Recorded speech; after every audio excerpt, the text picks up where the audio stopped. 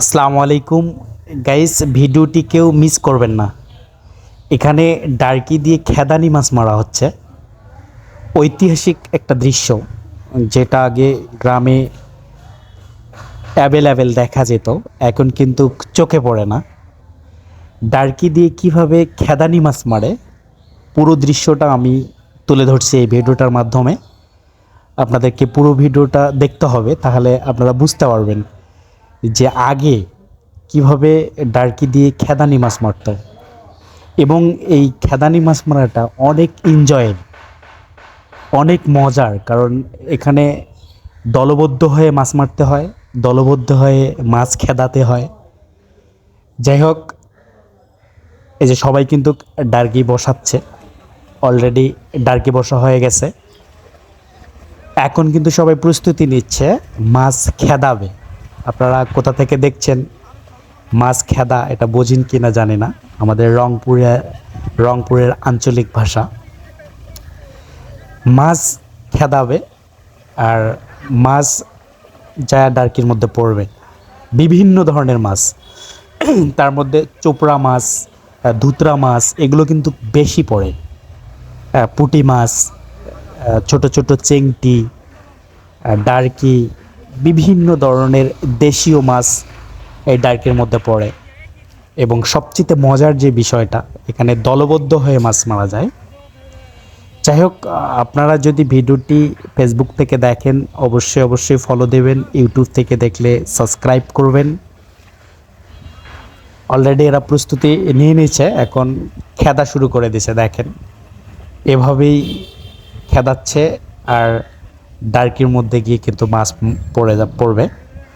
এবং প্রত্যেকের একটা করে ডার্কি আছে, এবং খুব আনন্দদায়ক, খুব মজার একটা দৃশ্য। এবং আমার মনে পড়ে, আমি ছোট্টবেলায় এভাবে মাছ মারতাম আমার গ্রামের অনেককে সঙ্গে নিয়ে, অনেক সবাই মিলে আমরা দলবদ্ধ হয়ে বিভিন্ন দোলার মাঝে গিয়ে এভাবেই মাছ মারতাম।